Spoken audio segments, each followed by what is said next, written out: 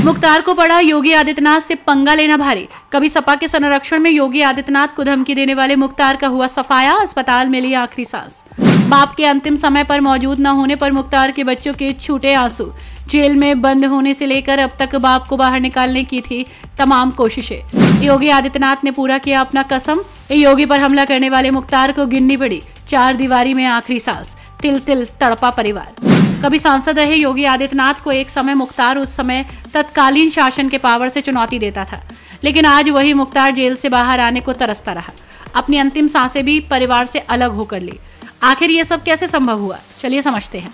दरअसल उत्तर प्रदेश के पूर्वांचल में जब माफिया मुख्तार अंसारी का खौफ लोगों पर छाया था, सरकारें भी उसके रसूख के आगे हाथ जोड़ती थी। गोरखनाथ पीठ के एक सन्यासी ने उसके खिलाफ आवाज उठानी शुरू की। वो सन्यासी कोई और नहीं बल्कि मौजूदा सीएम योगी आदित्यनाथ थे। उस वक्त योगी आदित्यनाथ सांसद थे और इसके साम्राज्य में उन्होंने माफिया को डायरेक्ट चुनौती दी थी। जब वो माफिया मुख्तार अंसारी का काफिला सड़क से गुजरता था तो किसी की मजाल नहीं होती थी कि उनके काफिले के बीच आ जाए। एक लाइन से 786 नंबर की 20 से 30 एसयूवी गुजरती रहती थी। कोई टोल नाका उससे टोल वसूल नहीं सकता था। मुख्तार अंसारी जब चलता था तो बॉडीगार्ड और उसके गैंग के बीच सबसे लंबा दिख जाता था, लेकिन वक्त ने ऐसी करवट ली कि वो व्हील चेयर पर आकर खड़ा हो गया। जेल से योगी आदित्यनाथ से बचाने की दुआएं करता रहा।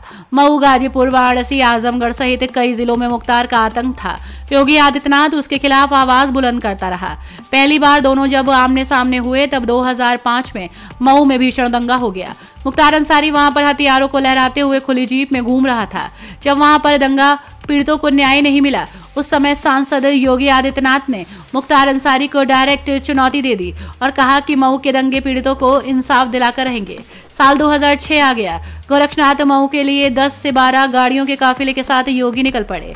अभी योगी आदित्यनाथ गोरखपुर से 30 किलोमीटर दूर पहुंचे थे कि उनके पहुंचते पहुंचते गाड़ियों का काफिला 150 के करीब हो गया और धीरे धीरे मऊ की तरफ बढ़े।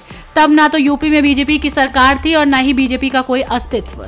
योगी आदित्यनाथ को गोरखपुर और मऊ के बॉर्डर पर दोहरी घाट के पास रोक लिया गया, जिसके बाद योगी आदित्यनाथ वापस लौट आए। आरोप लगाया गया कि सरकार के संरक्षण में ये सारा खेल मुख्तार अंसारी खेल रहा था। मऊ दंगों के 30 साल के बाद यानी कि साल 2008 में योगी आदित्यनाथ ने मुख्तार अंसारी को फिर से ललकारा। योगी आदित्यनाथ ने हिंदू युवा वाहिनी के नेतृत्व में ऐलान किया कि वो आजमगढ़ में आतंकवाद के खिलाफ रैली निकालेंगे।